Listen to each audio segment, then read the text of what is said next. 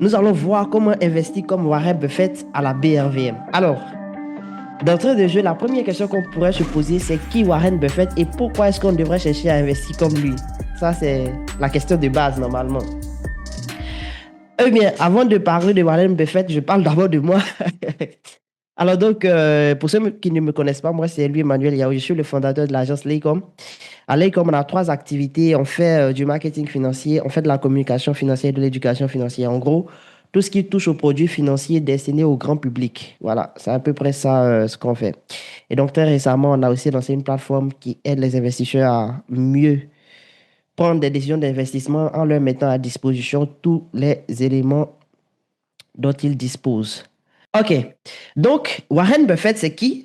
Alors, c'est cet Américain-là, un investisseur américain qui est, on peut dire, le plus grand investisseur au monde, hein. Parce qu'il a démontré des performances assez extraordinaires et pendant suffisamment longtemps, ce qui lui a donné une très grande crédibilité du point de vue de l'investissement boursier.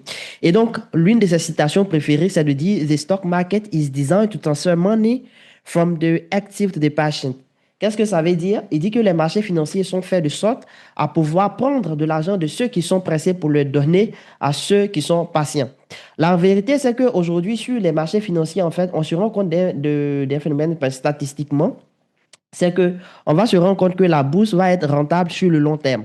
Alors souvent on dit ça, mais dans la pratique c'est très très compliqué à matérialiser. Bon, pas très compliqué, mais ça peut être compliqué à se rendre compte parce qu'aujourd'hui, si une action est en train de baisser comme ça peut être difficile pour l'investisseur de dire, ah, je vais regarder baisser jusqu'à ce que, et puis après, c'est après que je vais acheter. Donc, c'est ça en fait. Mais l'idée vraiment, c'est l'idée de la patience. Et lui, en fait, il avait un mentor qu'on appelait Benjamin Graham, d'accord? Donc, Benjamin Graham, c'est lui qui est à la base de la stratégie d'investissement on va voir aujourd'hui, qu'on appelle la stratégie value. Alors, c'est quoi le principe? Le principe, c'est que il se dit, en général, les échanges qui ont lieu entre les investisseurs vont permettre de pouvoir déterminer le prix de l'action.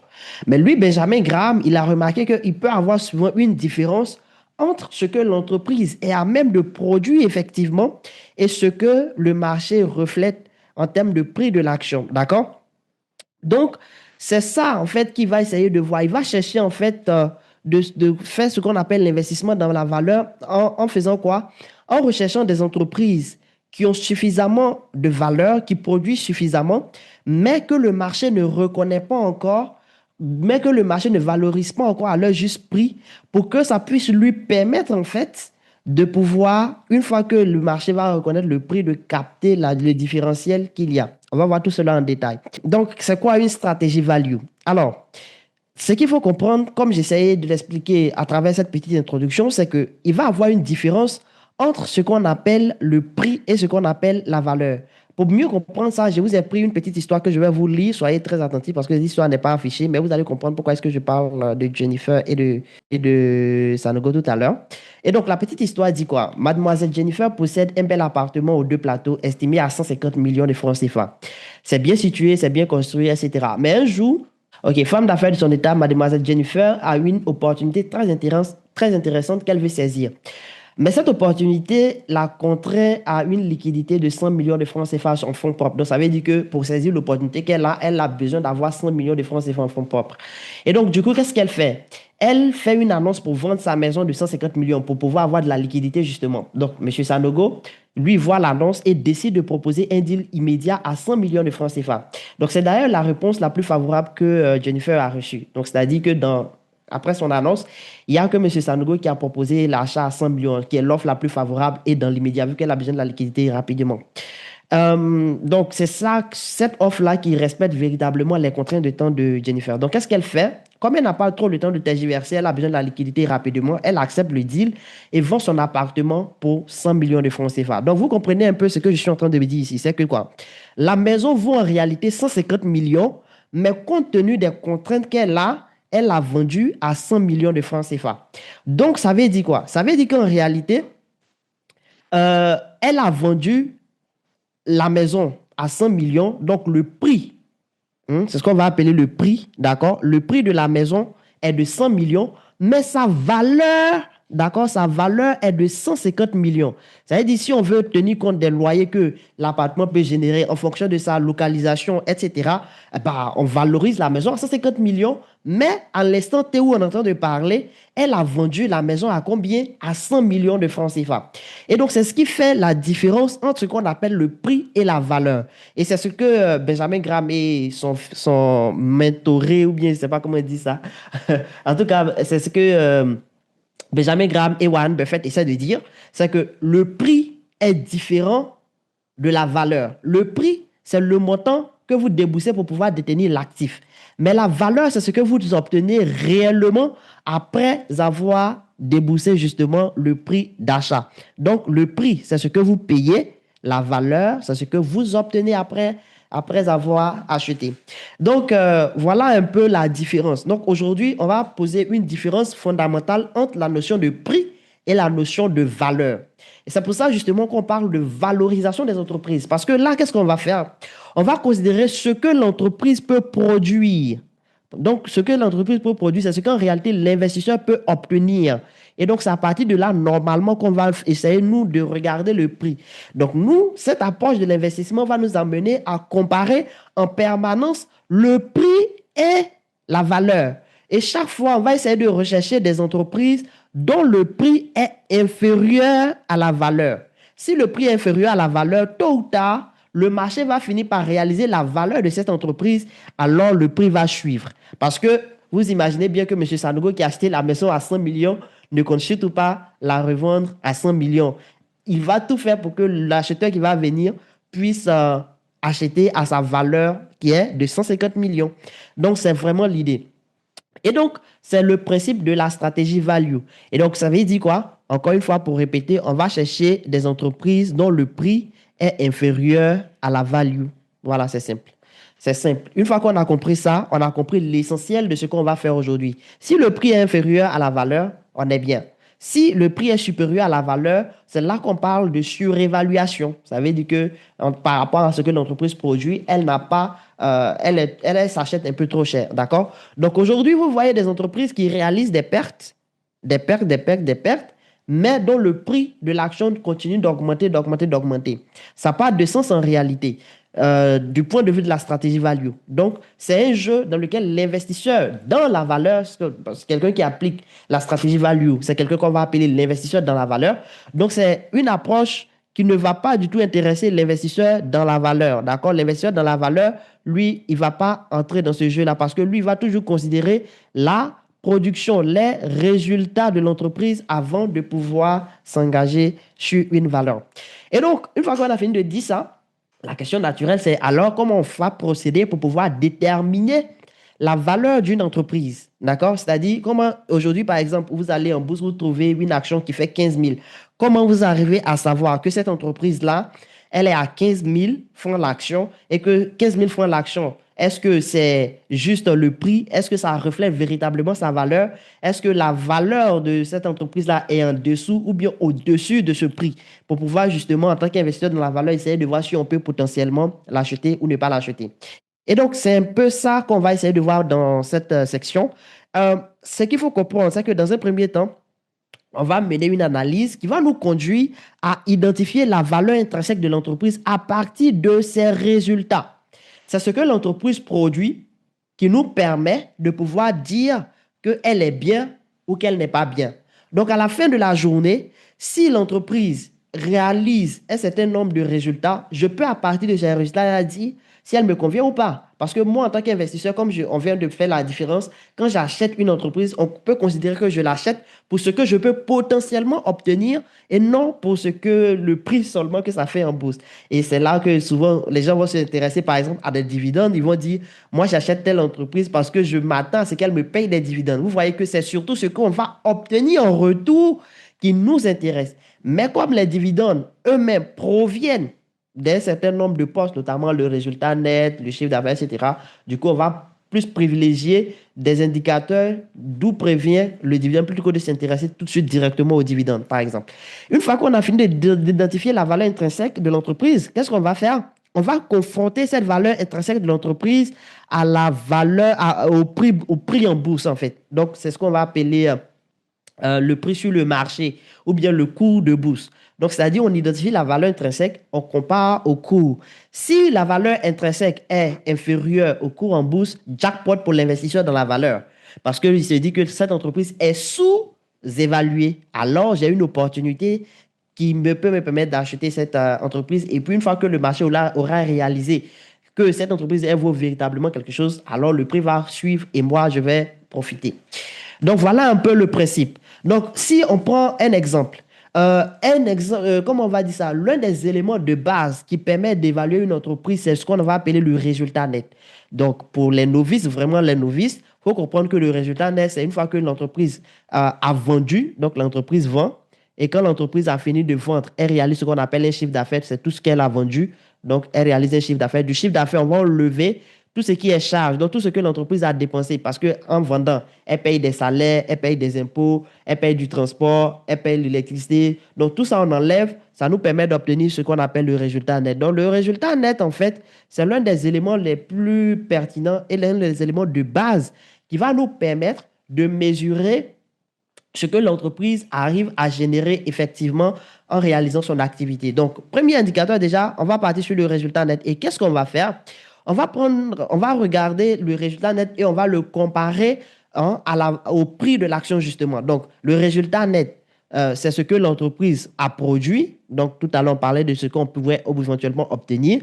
Et puis, le prix de l'action, c'est quoi? Le prix de l'action, c'est ce que l'entreprise... bon, j'ai envie de dire le prix, c'est le prix. On va dire le prix, c'est le montant auquel l'entreprise s'échange. Donc, on va mettre ici coût, tout simplement. Voilà. Donc, vous voyez qu'on a deux éléments. L'un est produit, l'autre est déterminé par la loi de l'offre et de la demande. Parce que ce qu'il faut comprendre, c'est que si moi aujourd'hui je m'élève et que moi je dis, bon, je pense que l'action Orange devrait éventuellement s'échanger à 100 000 et que y a un autre investisseur là-bas qui dit, ouais, en fait, moi aussi je suis d'accord, je suis prêt à acheter à 100 000. Une fois qu'on s'est mis d'accord et qu'on a effectué l'achat, net, le prix de l'action Orange passe automatiquement à 100 000. Donc, vous voyez que vraiment, c'est une histoire d'offre et de demande de qui est prêt à acheter à combien, qui est prêt à vendre à combien. Donc, ce n'est pas véritablement ce que l'entreprise produit qui permet de déterminer le prix de l'action. Alors, qu'est-ce qui va se passer? Ici, l'investisseur va se dire, moi, je vais mettre en comparaison les deux pour essayer de voir quel est le rapport entre le chiffre d'affaires, j'ai dit le chiffre d'affaires, quel est le rapport entre le prix de l'action et le bénéfice produit par l'entreprise, le résultat net. Donc, qu'est-ce que l'investisseur va faire? C'est pour ça que l'investisseur, il va venir, il va faire un truc qui est très intéressant. Il va dire, bon, on va regarder dans un premier temps, une action correspond à combien de bénéfices? Donc, une action correspond à combien de bénéfices? C'est ce qu'on va appeler le BNPA. Ça veut dire quoi? Ça veut dire que si tu as réalisé 1 million, si tu as réalisé 1 million de francs CFA de bénéfices et que tu as 1000 actions, d'accord, et que tu as 1000 actions, en fait, simplement le rapport, ça veut dire qu'une action correspond à 1000 francs de bénéfices, d'accord? Ça veut dire qu'une action correspond à 1000 francs de bénéfices et c'est ce qu'on appelle le BNPA, pour dire bénéfice net par action. Ça, c'est une logique mathématique et c'est vraiment très simple à comprendre. Voilà. Donc, une action correspond à 1000 francs de bénéfices. Donc, on prend l'exemple de cette entreprise qui a, par exemple, un BNPA de 1000 francs. D'accord? Et puis, par exemple, en bourse, donc son cours en bourse fait 10 000. D'accord? Donc, son cours en bourse fait 10 000. Si l'entreprise a un BNPA de 1000 francs et que son cours en bourse fait 10 000, qu'est-ce qu'on va faire? L'investisseur dans la valeur se dit, bon, je vais regarder quel est le rapport entre ce que l'entreprise m'a généré en résultat net et le prix que le marché me demande de payer pour pouvoir détenir l'action. C'est pour ça qu'il va diviser le cours par le BNPA. Donc, il va faire quoi? Cours divisé par BNPA. Donc, dans le cas, il va faire quoi? Il va faire simplement 10 000 divisé par 1000 francs. D'accord? Ce qui va donner 10. Donc, ça veut dire quoi? Ça veut dire que on me demande, ça veut dire quoi? Le cours, le prix de l'action fait 10 fois le résultat net qu'il produit. À ce stade, l'investisseur ne peut pas tirer de conclusion d'abord. Pourquoi il ne peut pas tirer de conclusion? Parce que, bon, c'est le marché qui a dit. Le marché a dit que, voilà, il faut qu'on échange ce titre-là à 10 fois son bénéfice. Ça, c'est ce que le marché a dit. Il n'y a pas de problème. Maintenant, lui, l'investisseur, qu'est-ce qu'il peut faire encore? Il va dire, bon, vu que toi, je t'ai observé que tu es à ce niveau-là, Je vais essayer de regarder les entreprises qui te ressemblent. D'accord? Les entreprises qui te ressemblent sont à combien à quel ratio, par exemple? Donc, ça veut dire quoi? Ça veut dire que quelque part, si moi, je m'en vais regarder quel est le rapport entre les entreprises qui te ressemblent, je vais dire quel est le rapport entre le bénéfice et le prix des entreprises qui te ressemblent de façon générale, c'est à partir de là que je vais pouvoir effectivement faire la comparaison. Donc, qu'est-ce que je suis en train de dire en réalité? C'est-à-dire, par exemple, disons que toi, tu opères dans le secteur agricole. Je vais aller regarder aussi les autres entreprises qui sont dans le secteur agricole comme toi. Quel est le rapport qu'il y a entre leurs bénéfices générés et comment on appelle ça, le prix de leur action en bourse. Donc, c'est pour ça que je vais aller faire quoi? La moyenne, en fait, de leur, donc la moyenne du secteur, d'accord? Je vais faire la moyenne du secteur, comme j'ai pris le cas de truc. Donc, ça veut dire que ce qu'on va faire, on va prendre simplement le résultat net aussi des autres entreprises qui sont dans le secteur d'activité. On va diviser par, je dis quoi? Le prix, pardon, des autres entreprises qui sont dans le secteur d'activité, on va diviser par leur résultat net. Et puis, on va faire une moyenne. Disons qu'on fait cette moyenne-là et puis, je mets moyenne ici. On fait cette moyenne-là et puis on trouve, par exemple, on trouve 5. Donc, on fait cette moyenne-là, on trouve 5. Ça veut dire quoi? Ça veut dire que lorsque on va être en train de valoriser une entreprise qui est dans le même secteur d'activité, qu'est-ce qu'on va faire? On va avoir tendance à s'attendre à ce que le prix de cette entreprise soit autour de 5 fois son bénéfice. C'est ça, en fait, la réalité. Donc, ça veut dire que si moi, je viens, par exemple, acheter une action et que l'action fait 500, comme la moyenne du rapport entre le résultat net, entre le prix et le résultat net est de 5, je vais m'attendre à ce que je vais faire 5 fois le résultat net. Donc, ça veut dire que les entreprises qui sont dans ce secteur d'activité peuvent s'acheter en moyenne à 5 fois leur résultat net. C'est ce qu'on appelle la méthode des multiples en réalité. Donc, 5 fois le résultat net. Donc, ça veut dire que si le BNPA d'une entreprise B qui m'intéresse est par exemple à, je sais pas moi, est à 2000, je fais 5 fois 2000, je trouve 10 000. Ça veut dire que si l'action coûte 10 000, je suis à l'aise. Donc, c'est ce qui nous permet de pouvoir valoriser en réalité les entreprises, en fait. Donc, voici un peu la méthode de valorisation des entreprises. Donc, si je fais 5 fois 2000, ce qui me donne 10 000, qui devrait être normalement la valorisation idéale, et que le prix de l'action réel, le prix auquel on essaie de me vendre, c'est combien? C'est 15 000. Ça veut dire quoi? Ça veut dire que là, je suis dans une situation de surévaluation parce que moi, je m'attendrais à faire 5 fois le résultat net. D'accord? Alors que si le coût qu'on me propose, il est par exemple de 8 000, alors on peut dire que je suis dans une situation de sous-évaluation parce que je m'attendais à acheter à 5 fois le résultat net. Donc, vous voyez que ce multiple-là, il devient très important pour nous et c'est à partir, au lieu de toujours partir sur le calcul direct de la valorisation du coût de l'action et de faire comme ça et d'aller comparer, on va directement se référer à ce multiple parce que c'est ce multiple-là qui va nous permettre en fait de pouvoir faire la comparaison. Et donc, voici un peu le principe, un principe fondamental de cette méthode qu'on va voir. Et dans le cas, par exemple, l'exemple que je viens de prendre, pardon, ce qui me permet de déboucher justement sur les indicateurs, parce que l'exemple que je viens de prendre là, c'est l'exemple typique de ce qu'on appelle le PER, pour ceux qui ont reconnu en réalité.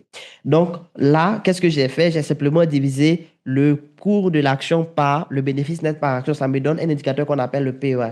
Et c'est justement ça qui nous permet de dire qu'on va souvent chercher les PER qui sont bas, parce que qui dit PER qui est bas dit en réalité une sous-évaluation par rapport au marché, au prix qui est en bourse en réalité. Et donc, parmi ça, voilà, c'est ce qui va nous permettre, c'est le principe général, et puis ce principe-là qu'on va essayer de suivre à travers deux indicateurs encore. Par exemple, vous avez ce qu'on appelle le ratio PS, qui est le ratio coût sur chiffre d'affaires. Donc, PS, c'est un ratio en anglais. Bon, c'est comment on va dire ça? C'est la notation en anglais pour price pour dire prix de l'action sur sales, en fait. Price to sales. Donc, sales pour dire les ventes, les chiffres d'affaires, ou bien price to revenue. Donc, c'est vraiment ça. Et ce ratio-là, il nous permet de faire à peu près le même raisonnement qu'on vient de faire tout à l'heure, où on a utilisé le résultat net. Sauf qu'au lieu d'utiliser le résultat net, on va utiliser le chiffre d'affaires. Et on va se poser la question de savoir quel est le chiffre d'affaires réalisé par l'entreprise, quel est le prix de l'entreprise. J'ai du mal à utiliser, vous voyez justement, je ne veux plus utiliser le terme combien vaut, parce que la valeur sous-entend le fait qu'on ait tenu compte des résultats produits par l'entreprise, justement. Donc, c'est à peu près justement ça. Donc, c'est à peu près la même chose. Si l'entreprise réalise 1 million de chiffre d'affaires, d'accord? Si l'entreprise réalise 1 million de chiffre d'affaires et que je dois faire l'inverse parce que là, j'ai écrit directement sur le... Ça ne va pas m'arranger. Donc, si l'entreprise réalise 1 million de chiffre d'affaires, d'accord?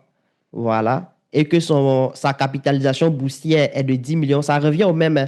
Je peux soit utiliser la capitalisation boursière, soit utiliser de façon unitaire avec le cours et puis ce qui se réfère à une seule unité comme une action correspond au résultat net ou bien une action correspond à combien de chiffre d'affaires, je pourrais faire ça. Mais là, je prends de façon globale avec la capitalisation et puis le chiffre d'affaires global. Donc, ça fait 1 million, donc 10 millions ici, voilà. Donc, ça fait 10 millions divisé par 1 million, ça me donne 10 en fait. Donc, ça veut dire que l'entreprise se valorise à 10 fois son chiffre d'affaires, par exemple. Donc, c'est vraiment ça. C'est la méthode des multiples pour dire que ça fait 10 fois son résultat net, 5 fois son chiffre d'affaires, etc. On essaie de voir quel est le multiple entre ce que tu produis et le prix auquel on me propose de t'acheter, en fait. Et puis, quelle est la moyenne du secteur? Est-ce que ce multiple-là, il convient véritablement à la moyenne du secteur? Donc, c'est un peu ça. Donc, si le ratio PS, voilà, le ratio PS, on va s'attendre à ce que ça soit le plus bas possible. Et en général, ces indicateurs-là vont varier parce qu'il y a des entreprises pour lesquelles il est pertinent de considérer le chiffre d'affaires et de faire ce multiple-là par rapport au chiffre d'affaires. Il y a des entreprises pour lesquelles il est plutôt pertinent de considérer le résultat net et de faire euh, ce ratio-là par rapport au résultat net. C'est ce qui donne le PER. Il y a des entreprises pour lesquelles il est pertinent de considérer ce qu'on va appeler la valeur nette comptable, ce qui va nous permettre d'avoir un autre ratio qu'on va voir tout à l'heure, qu'on va appeler le ratio PB. Donc, voilà un peu cette approche-là. Et donc, par exemple, dans le cas du chiffre d'affaires, dans le cas du ratio PS, théoriquement, on dit qu'il est mieux de le considérer pour des entreprises technologiques. Voilà. Et puis, on va avoir comme référence. Alors, il y a des références qui sont absolues et puis il y a des références relatives. Quand je parle de référence absolue, c'est par exemple cet exemple que j'ai mis où on va dire de façon absolue si le ratio PS est entre 1 et 3, c'est plutôt relativement bon. Maintenant, au-delà de 3, ça commence à être surévalué. Voilà. Donc, c'est ça, en fait. Ça, c'est une référence absolue, mais je préfère surtout les références relatives qui vont nous amener à regarder plutôt la moyenne du secteur d'activité. Si la moyenne du secteur d'activité est à ce niveau et que toi, tu es au-dessus de la moyenne, ça veut dire que c'est toi, tu tires le secteur vers le haut. Peut-être que tu vas venir t'ajuster vers la moyenne. Et puis, si la moyenne du secteur d'activité est au-dessus, d'accord, et que toi, tu es en dessous, c'est là que l'opportunité se trouve en réalité. Donc, je préfère véritablement une analyse relative. Mais, voilà, pour des besoins pédagogiques, on est souvent obligé de mettre quelques références absolues aussi. Donc, voilà, pour le ratio PS. Après, il y a aussi ce qu'on va appeler le ratio PB. Donc, ce que je disais tout à l'heure, le ratio, ou encore le PBR, pour ceux qui en ont déjà entendu parler. Pour dire price to book ratio, d'accord? Book ratio, pourquoi on dit book? En fait, book, ça vient de livre pour dire comptable, donc ce qui est dans les livres comptables en réalité. Donc, c'est comme si la valeur nette comptable, d'accord? Donc, c'est comme si on fait le ratio entre le prix de l'action et la valeur nette comptable. Alors, la valeur nette comptable, c'est quoi? La valeur nette comptable, ce qui peut se référer aussi à ce qu'on appelle les capitaux propres. Souvent, il peut y avoir des ajustements comptables, mais nous, ce n'est pas vraiment ce qui nous intéresse dans l'analyse financière. On cherche des montants, on cherche à avoir une appréciation vraiment globale. Donc, les micros ajustements, on peut les ignorer. Donc, la valeur nette comptable, on va prendre tout ce dont l'entreprise dispose et puis on va enlever ses dettes. Voilà, c'est comme si on prend ton total bilan, d'accord? Voilà, c'est comme si on prend ton total, tout ce que l'entreprise possède, et puis on enlève les dettes en fait de l'entreprise. Voilà. Donc, valeur nette comptable ou bien capitaux propres. Donc ça, en fait, c'est ça qu'on va utiliser. Et puis, on va faire la capitalisation boursière divisée par cette VNC-là. Maintenant, si on n'a pas envie d'utiliser les montants globaux, voilà. Donc, j'ai dit tout à l'heure qu'on peut procéder par de façon unitaire. C'est-à-dire quoi? C'est-à-dire si je fais simplement capitalisation boursière, d'accord? Donc, je mets CB pour dire capitalisation boursière, divisé par, comment on appelle ça? La valeur nette comptable. J'ai pas de problème. Mais je peux faire aussi la capitalisation boursière divisée par le nombre de titres. Quand vous faites ça, vous faites la capitalisation boursière divisée par le nombre total d'actions, d'accord? Divisé par le nombre d'actions. Vous trouvez en fait le coût de l'action. C'est ce qui donne le prix de chaque action en réalité. Parce que la capitalisation boursière, en fait, simplement le prix de l'action multiplié par le nombre total d'actions. Donc, quand vous divisez les deux, ça vous donne en fait, vous divisez par le nombre d'actions, ça vous donne le coût en fait. Et puis ici, si vous divisez simplement par le nombre d'actions encore, ça vous donne aussi, on va dire VNC par action. Voilà. Donc, VNC par action. Donc, c'est à peu près la même chose. On peut raisonner de façon unitaire, on peut raisonner de façon globale. Il suffit juste de simplifier ça et puis on retrouve ce que j'ai dit dès le départ. Donc, voilà un peu cette approche-là. Donc, le PIB, par exemple, on va dire qu'il est plus pertinent pour des secteurs traditionnels comme les télécoms et la finance. Pourquoi? Parce qu'en réalité, ce sont des secteurs qui demandent une certaine stabilité à travers le temps. Donc, en général, si on considère le PER, les gens peuvent attendre plus longtemps du point de vue du PER, parce que c'est quoi? Le PER, comme on l'a défini? On l'a défini comme un certain multiple sur le résultat net. Donc, ce multiple-là, plus il est élevé, plus en fait, ça veut dire que l'investisseur qui met son argent pourrait éventuellement, s'il voulait récupérer en bénéfice ce qu'il a mis dedans, va devoir attendre plus longtemps pour pouvoir récupérer.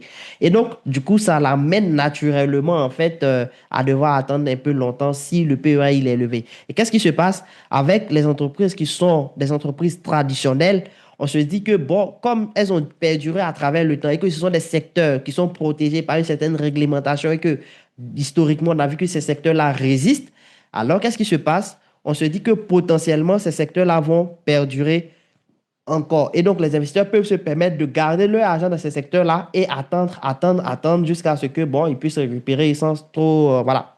Donc, c'est à peu près le raisonnement. Ce qui nous amène, surtout sur ces entreprises-là, à venir considérer leur valeur nette comptable. Donc, en référence absolue, on va dire 1 à 2. 1, c'est plus, en dessous de 1, généralement, c'est là que se trouve l'opportunité. Donc, si c'est inférieur à 1, voilà, c'est là qu'on a vraiment l'opportunité, le ratio PIB, hein, s'il est inférieur à 1. À moins que, bon, voilà, tous ces indicateurs-là aussi, il y a aussi une question d'anticipation à comprendre, hein, parce que quand on fait ces ratios-là, si le ratio il est très, très, très, très bas, ça représente une opportunité, ou bien ça peut aussi représenter le fait que tous les investisseurs sont en train d'anticiper que l'entreprise ne va pas réussir à produire de bons résultats. Maintenant, c'est le complément d'analyse à faire, c'est quelles sont les perspectives que je pense pour l'entreprise. Qu'est-ce que l'entreprise dit qu'elle va faire? Est-ce que je pense qu'elle peut faire? Est-ce qu'elle peut réaliser, etc. C'est vraiment ça en termes de perspective. Si nous, on pense que l'entreprise a de bonnes perspectives et que ces chiffres-là sont très bas, alors on a une opportunité véritablement. Après, c'est le ratio PI, c'est ça que j'ai utilisé comme exemple de base. Hein. Donc, on n'a plus besoin de revenir dessus. Voilà. On nous met une référence entre 10 et 20, mais encore une fois, je préfère véritablement qu'on soit sur une interprétation relative, ce qui va nous amener à considérer des entreprises qui se ressemblent véritablement. Voilà. Donc, si on doit faire une pratique, ce serait quoi? Alors, je n'ai pas prévu d'entreprise aujourd'hui, donc je ne sais pas trop, mais comme vous le saviez, on va utiliser notre toute nouvelle plateforme, là, la plateforme Lay Invest. Et puis, à partir de là, on va essayer d'analyser ces indicateurs de valorisation là. Alors, pourquoi vous devriez absolument vous inscrire sur cette plateforme-là? C'est parce que ici, vous avez déjà justement l'ensemble de ces éléments-là. La dernière fois, on a parlé de la stratégie. Bon, j'ai fait une vidéo sur la stratégie de croissance. Après, on a parlé de la stratégie de dividende. Mais là, on est en train de parler de la stratégie value. Ce sont des approches qui sont déjà. Comment on dit ça? Les indications sont déjà structurées en fonction de ces approches-là. Et puis, peut-être pour combler le tout, on fera un webinaire où on va voir comment combiner l'ensemble de ces approches-là, value, croissance, voilà, ce qu'on appelle la stratégie mixte en réalité, c'est-à-dire on essaie de combiner l'ensemble de ces éléments-là. Et cette plateforme-là peut vous permettre de faire ça très facilement. Alors, je ne sais pas quelle action prendre, donc je ne sais pas, moi, je vais prendre la première qui s'affiche. Hein. OK, donc là, par exemple, vous venez là, vous avez les indicateurs de valorisation. Voilà. Donc, un bon investisseur dans la valeur, quelqu'un qui veut investir comme Warren Buffett, il s'intéresse à la valorisation de l'entreprise. Donc, il va regarder les indicateurs de valorisation. Le PER, c'est surtout Warren Buffett qui a, comment on va dire, qui a popularisé cet indicateur-là. C'est ce qui fait que vous voyez que ça revient très, très souvent. Hein. Donc, voilà. Quand le plus grand investisseur du monde dit que c'est ça que je regarde pour investir, bon, nous autres en équipe, pour ne pas regarder aussi. Donc, quand le plus grand investisseur du monde dit que c'est ça que je regarde, bah, nous tous, on va regarder, évidemment. Alors, donc, vous avez le PER, vous avez le PBR, vous avez le ratio PS. Donc, vous n'avez pas besoin d'aller chercher quelle est la valeur en bourse, quelle est, voilà. Euh, le petit truc, c'est quoi? C'est que ça, par exemple, c'est en référence du prix au 31/12, par exemple. Voilà. Donc, c'est parce que ce sont des données historiques. Et quand on fait des données historiques, vous voyez que le prix de l'action, ça bouge tout le temps. Donc, on est obligé de fixer des dates de référence pour pouvoir calculer ces indicateurs boursiers-là.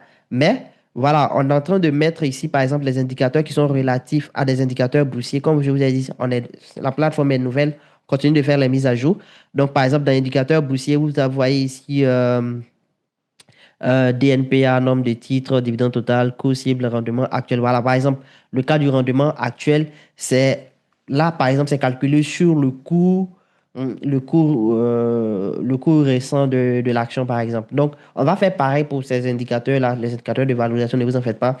Mais pour l'instant, on prend une date de référence et notre date de référence, c'est le 31/12 de l'année d'exercice. Voilà. Pour que ce soit précisé pour tout le monde, pour que les gens disent que les années du ouais. Et donc, une fois que ça c'est dit, alors, vous avez le PER ici. Donc, au lieu de faire la comparaison, c'est-à-dire, l'investisseur pourrait dire, je vais faire le calcul et puis je vais déterminer le prix idéal de l'action et puis je vais faire la comparaison entre les prix, en fait, entre le prix de l'action et puis la valeur, la valorisation que j'ai trouvée. C'est une approche qui est possible, mais ça prend du temps pour rien parce qu'on peut directement comparer les multiples, en fait. Les multiples, ce sont les PER, le PBR, le ratio, en fait. Donc, ces multiples-là, en les comparant directement, ça nous permet de pouvoir nous faire une idée du fait que l'entreprise soit surévaluée, sous-évaluée ou pas. Et donc, si on prend par exemple, là, c'est quoi? C'est Nestlé. Donc, du point de vue de la stratégie value, son PER, il est de 10. PER, la moyenne du secteur d'activité. Alors, vous avez moyenne secteur BRVM, ce que je ne recommande pas parce que la moyenne du secteur de la BRVM, c'est une moyenne en fait qui repose sur un regroupement simplement des entreprises qui n'est pas très pertinent de mon point de vue. Mais voilà, on les a reclassées, les entreprises, pour essayer de les mettre dans des secteurs qui se reposent de plus en plus. Donc, voilà. Donc, c'est justement ce qui nous permet de faire une moyenne ici d'un PER à 37. Donc, ça veut dire que Nestlé est largement en dessous de sa moyenne sectorielle. Voilà. Et puis après, vous avez le PBR aussi, le PBR qui est à 6. Alors, si on prend Nestlé comme dans le secteur, nous, on a sur la BFM, ça va être dans consommation de base. Dans le secteur classé, on a mis biens de consommation. Donc, si dans ce secteur-là, si on met des biens, des entreprises qui produisent des biens de consommation, si on fait une moyenne, on est à 7 du point de vue du PBR. Alors, ce n'est pas nécessairement dans la partie des secteurs traditionnels qu'on a identifié, mais on peut aussi analyser le PER. Et puis, si vous prenez le ratio PS, vous voyez que le ratio PS, il est à 1 alors que la moyenne du secteur est à 3. Donc, c'est l'ensemble de ces éléments-là nous permet de pouvoir dire qu'en termes de valorisation, bah, ça veut dire que l'entreprise Nestlé n'est pas surévaluée.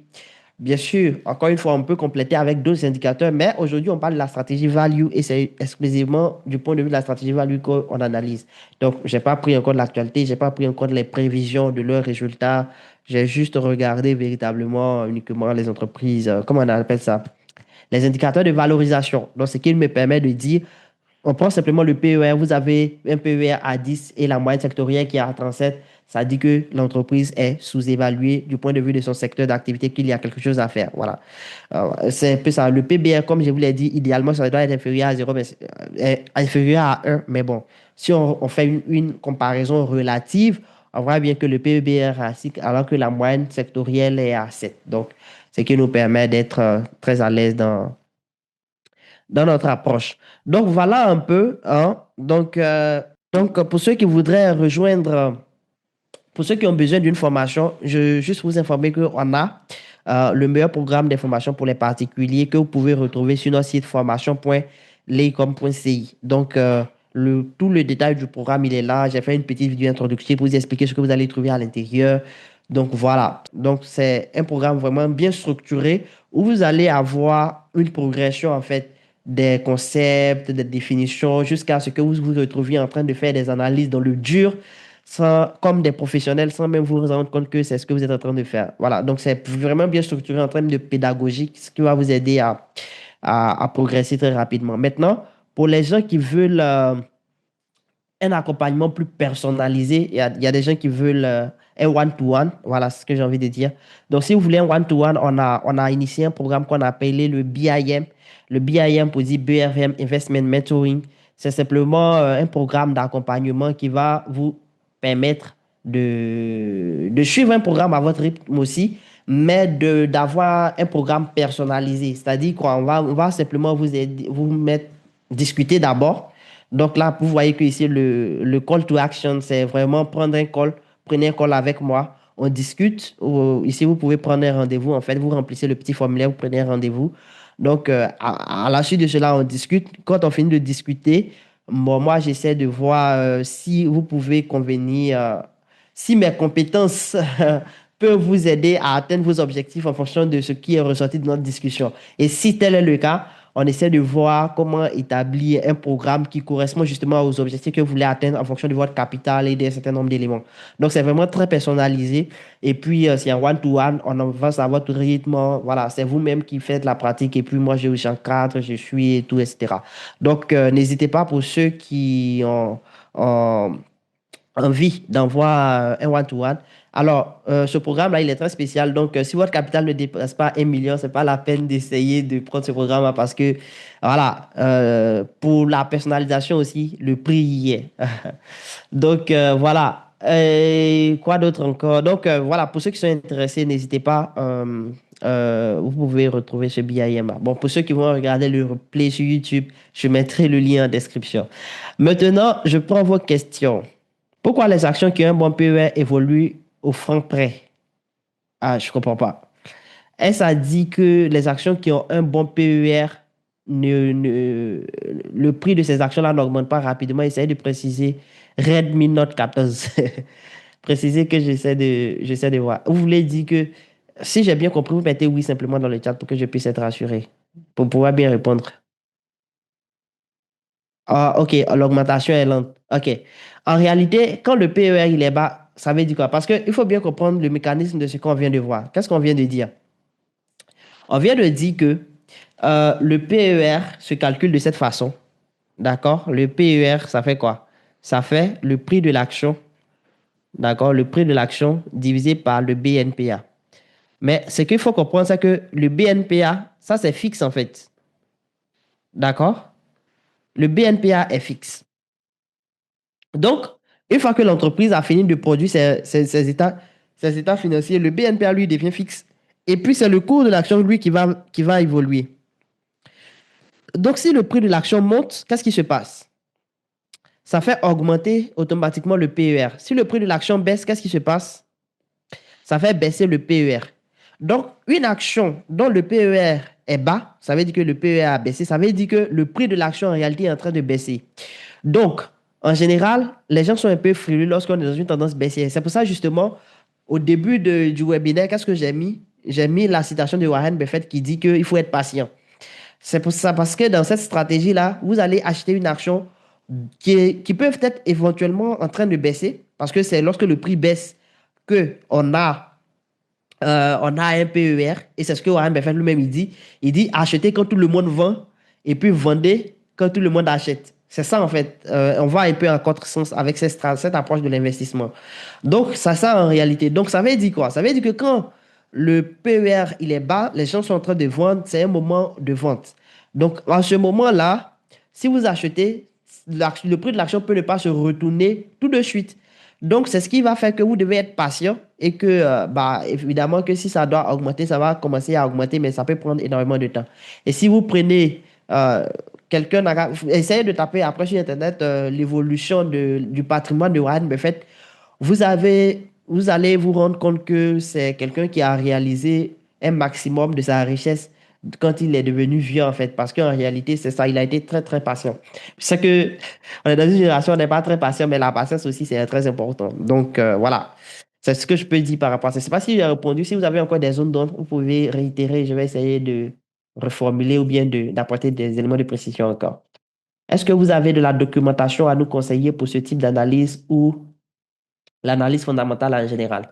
Bah, c'est une documentation qui est là, hein. Ou bien vous voulez dire, est-ce que j'ai un livre à vous recommander?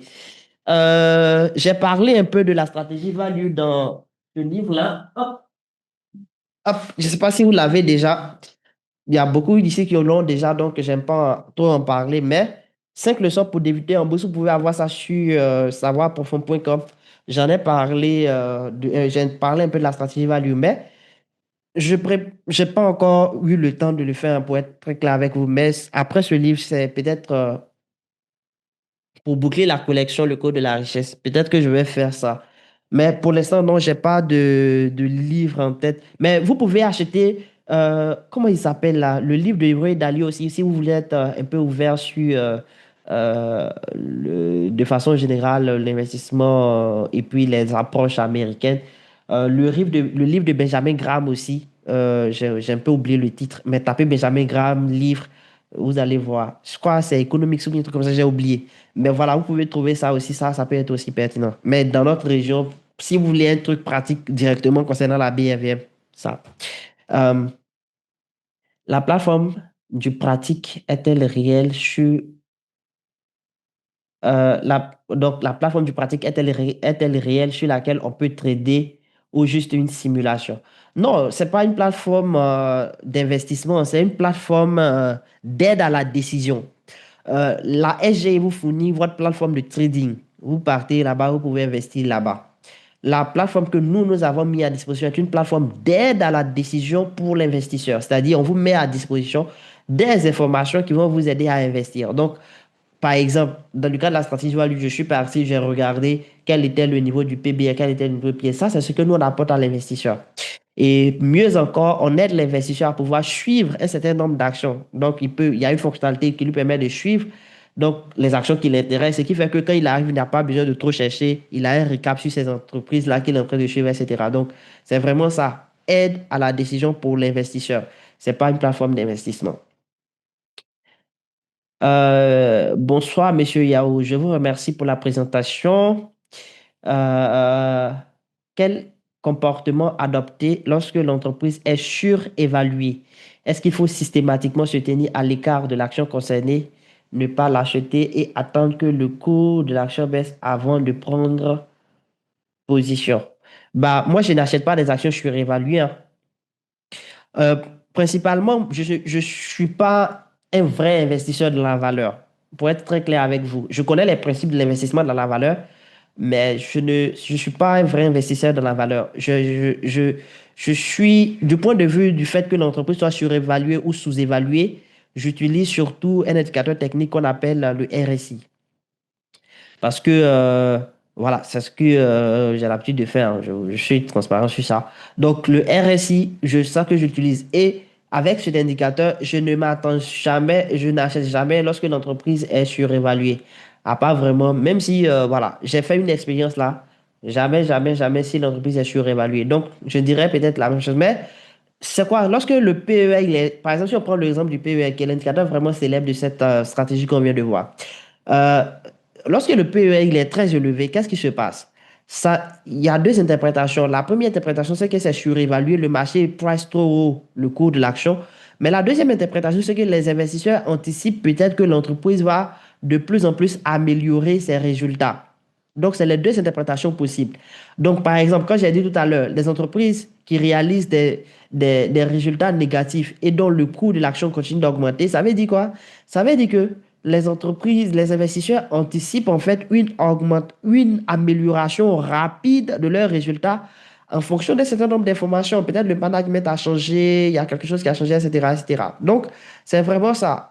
Donc, mais, souvent, il faut vous en tenir, plutôt que d'essayer de réfléchir comme ça, il faut vous en tenir aux perspectives que vous voyez pour l'entreprise. Je sais pas moi, Uniwax ou bien Unilever en train de réaliser des pertes, le prix de l'action en train d'augmenter, augmenter. Vous, la question que vous vous posez, c'est Est-ce que je crois en ce que l'entreprise se redresse par rapport à ce qu'ils disent qu'ils vont faire ou bien ce qui est en train d'être fait? C'est vraiment ça. Puis à partir de là, vous pouvez prendre des décisions. Donc, vendre systématiquement ou ne pas acheter systématiquement, ça serait une réponse simpliste, mais vraiment, moi, je n'achète pas par rapport à un certain nombre d'indicateurs. Je préfère quand c'est sous-évalué ou bien quand ça ne dépasse pas vraiment très, trop la moyenne du secteur d'activité, quoi. Voilà, c'est surtout ça. Malgré l'achat de Uniwax pour un nouvel acquéreur, l'action reste en baisse. Pourquoi? Donc, Uniwax est une entreprise qui a accumulé des pertes, si je ne me trompe pas, hein. Ouais, je pense. J'espère que je ne me trompe pas en tout cas. Mais changer de main ne veut pas dire systématiquement que tu vas continuer, tu vas recommencer à faire des bénéfices en fait. Tu as changé de main, oui. Maintenant, on regarde ce que le nouveau propriétaire va faire. Donc, tout dépend de l'analyse de l'investisseur. Et justement, c'est là que voilà, l'appréciation personnelle rentre en jeu. Moi, je ne peux pas vous dire que parce que Uniwax a changé de main systématiquement, l'entreprise va réussir. Changer de main veut dire qu'on a changé de main. C'est tout ce que ça veut dire en réalité. Maintenant, le nouveau propriétaire, il vient avec sa vision, il vient avec ses idées, il vient avec sa façon de faire. Il va essayer de faire de son mieux pour faire réussir l'entreprise. Mais faire de son mieux, ça ne veut pas dire que systématiquement, ce qu'il va faire, ça va réussir. Donc, c'est vraiment ce qu'il faut comprendre. Ce qu'il faut comprendre, c'est que l'entreprise a changé de propriétaire, certes, mais la question à laquelle vous devez essayer de répondre, quelle est la stratégie que le nouveau propriétaire compte mettre en œuvre? Est-ce que je pense que cette stratégie-là va réussir? C'est tout. C'est votre analyse que vous devez faire en tant qu'investisseur. C'est ce qui fait qu'on dit que vous êtes un investisseur qui analyse, justement. Donc, il y a un nouveau propriétaire, d'accord? Qu'est-ce que le nouveau propriétaire compte faire? Quels sont ses avantages? Quelle est la stratégie qu'il compte mettre en œuvre? Une fois que j'ai fini de répondre à ces questions, est-ce que je pense que ça va marcher? Ah, ça va marcher à cause de tel facteur. D'accord. Donc, j'achète l'action. Même si ça continue de baisser, c'est ça justement l'investissement dans la valeur. C'est en train de baisser. C'est parce qu'ils n'ont pas encore réalisé le potentiel de ce qui va arriver. Donc, dès qu'ils vont commencer à réaliser que sa stratégie est en train de fonctionner, ils vont venir alors que moi, je suis déjà positionné. C'est là que je réalise mes plus-values et puis mes bénéfices. Je suis content. Donc, c'est là le raisonnement à avoir. Coach, vous êtes bon. Merci beaucoup pour tout ce partage de connaissances. Merci pour votre retour. C'est appréciable et c'est encourageant. Malgré l'achat de Uniwax pour un nouvel acquéreur, l'action reste en baisse. Pourquoi? Ok, ça, je viens de répondre. Merci. Bonsoir, coach. S'il vous plaît, quel est votre avis sur BOA Mali pour un investisseur de croissance? Alors, si vous êtes investisseur de croissance, c'est simple. Allez sur la plateforme Invest dans la rubrique croissance, essayez de regarder les indicateurs de croissance. Je n'ai pas analysé BOA Mali très récemment, donc c'est difficile pour moi de vous donner un avis là maintenant. Et puis, je ne vais pas rallonger le webinaire vu que je ne suis pas trop informé qu'on a pris énormément de temps aussi. Donc, merci à tous d'avoir participé. Très ravi de partager ces moments-là avec vous. Et puis, vos messages d'encouragement sont vraiment très encourageants aussi. Donc, voilà, mais si vous avez des retours à nous faire, des choses qu'on pourrait améliorer, n'hésitez surtout pas, je suis quelqu'un de très open. Donc, merci en tout cas pour tout ce soutien et puis tous ces bons messages positifs. Et puis, voilà, si vous avez des critiques aussi, des choses qu'on pourrait améliorer, n'hésitez pas. Quelqu'un de moi, c'est à quand la prochaine formation avec 5000? Je ne sais pas, hein. Je ne sais pas c'est quand ça sera la prochaine formation avec 5000. Inch'Allah, on verra, hein. Si les gens. Après, si vous voyez, le problème des formations low cost, c'est que si on fait ça avec 5000 et qu'on n'atteint pas un certain nombre, nous, derrière, on réalise des pertes, en fait. Donc, c'est pour ça qu'on ne peut pas s'aventurer à faire des formations dont le prix n'est pas élevé comme ça. Parce qu'on va organiser les choses, on va louer des salles et tout. Et puis après, bon, finalement. Bon, voilà, ça, c'est pas très encourageant, quoi. Donc, à la fin de la journée, c'est ça. Et puis, on prend du temps pour préparer la formation, on prend du temps pour faire les trucs. C'est d'autres projets sur lesquels on ne travaille pas, on prépare les formations. Voilà, donc tout ça, c'est ce qui fait ça que... Voilà, donc, souffrez, prenez la formation en ligne. Je pense que c'est très utile aussi. Donc, merci à tous et puis à plus.